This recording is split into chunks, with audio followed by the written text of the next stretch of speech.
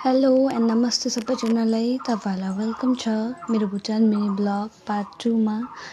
र अब हामी फर्स्ट डेस्टिनेसनकोतिर लाग्दैछौँ। र फर्स्ट डेस्टिनेसन चाहिँ हाम्रो पाचु वाटरफल हो। त त्यो अलिक पहाड एरियामा छ, त्यसो भए हामी पहाडबाट चाहिँ जान्छौँ। त यो भुटान सिटीको चाहिँ मेन रोड हो।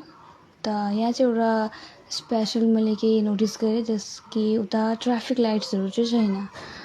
त्यो चाहिँ अलिक युनिक लाग्यो मलाई। र यहाँ चाहिँ यो चाहिँ अब पहाडको बाटो हो। त पानी पर्दा गर्दा चाहिँ अझै त्यो बाटो चाहिँ अलिक डरलाग्दो लाग्दै थियो मलाई त। स्पेसली अब पहाड एरियामा बाटो पनि यस्तो हुनु, माथिबाट पानी पर्नु, त कस्तो डर लाग्छ। बट ड्राइभर अङ्कल चाहिँ अलिक राम्रो हुनुहुन्थ्यो र उनीहरूले एकदम सेफली हामीलाई आफ्नो डेस्टिनेसनको त्यहाँ पुगाउनु भयो। र यो चाहिँ भुटानको पहाड एरिया हो। र यहाँ चाहिँ मैले एउटा पनि घर देखेन, खालि पहाड पहाड पहाड एन्ड भक्कु माथि रहेछ।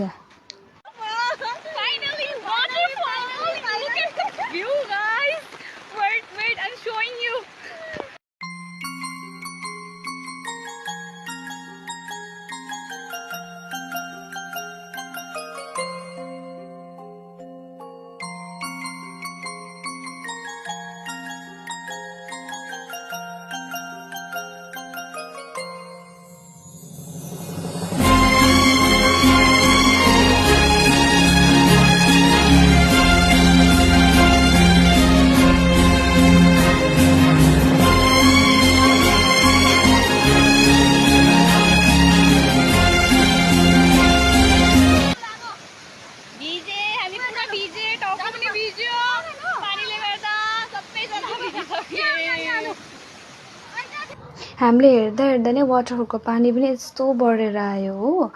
र आजको लागि यति नै। तपाईँहरूलाई सबैजनालाई धन्यवाद मेरो भिडियो यहाँसम्म हेरिदिनको लागि। तपाईँहरूसँग फेरि भेट हुन्छ मेरो भुटान मिनी ब्लगको पार्ट 3 मा। Thank you so much for watching my video.